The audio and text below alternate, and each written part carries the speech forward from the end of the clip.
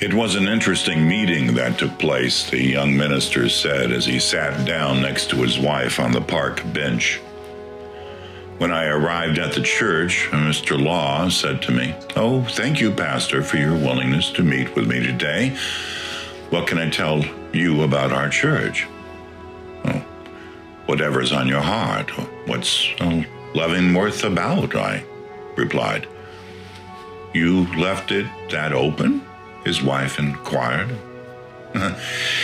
"Yes, well," and Mr. Law continued, "the members of Leavenworth are friendly enough to get visitors to return a second, maybe a third time, but then they'd vanish back into the neighborhoods from whence they came, much like the return of sand into the sea.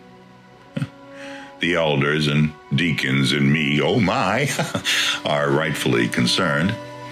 The congregation hasn't grown in what, 10 years? I'm just trying to be honest when I admit that.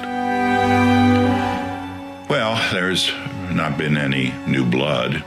Actually, the pew body count went down, but Leavenworth's Sunday attendance records always have gone on family name and representation, and that hasn't changed in 60 years. Leavenworth was solidly founded upon the surnames of Gordon, MacArthur, Rose and Forbes, Graham and Campbell, just to name a few of the pillars of our church. The church itself has a long history, going back 150 years. Oh, so proud of that. All of us are. Over that period, we've had only 4 ministers. The first, Marshall Anstruther, he was here for the first 60 of the 150. Yes, that's right. He came as a brash young man preaching fire and brimstone of the Scottish Presbyterian John Knox variety. His family clan's motto, "I would have perished if I had not persisted." The second in line, Pontchartrain Evans. Yes, he was named after that famous bridge, and he was called of the Lord out of the bayous of Louisiana, and he stayed. Around 40 years. From what I heard, Pontchartrain stood at the pulpit he said his daddy stood on his shrimp boat, casting his net into the waters until the day his daddy had out and was greeted by some maelstrom in the Gulf. Pieces of his shrimper named God's Good found on the shore. So there we have 2 of our first preachers, 100 years. We added more family names along the way, Dubois, Boudreau, and LeBlanc.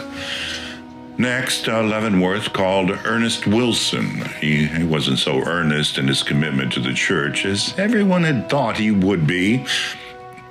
Yes, given the long history we had with our first 2 ministers, Pastor Wilson lasted 10 years, but then found his true calling, Fuller Brush. He told my daddy it was easier selling Alfred Fuller's brushes than religion. He said that he was more easily let into people's houses with his carpet bag than knocking with a Bible. After he left, our town had experienced a bit of an evangelism explosion, not with us, of course, but several new churches came around and were apparently more attractive. Just in what sense, I'm not sure.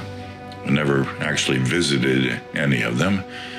Anyway, yes, what that happened after World War II, and one of our own, Johnny Campbell, our minister who just passed, and we hope you'll replace, went to Bible school. He came back to lead us and has been here the past, let's see, we have 60 and 40 and 10. Yes, that's right, 40 years. 40, and I'm not sure. It was at that point that Mr. Law paused. "Sure about what?" I asked. Now excited, the young minister's wife insisted. "Well, what did he say?" "Well, Tell me.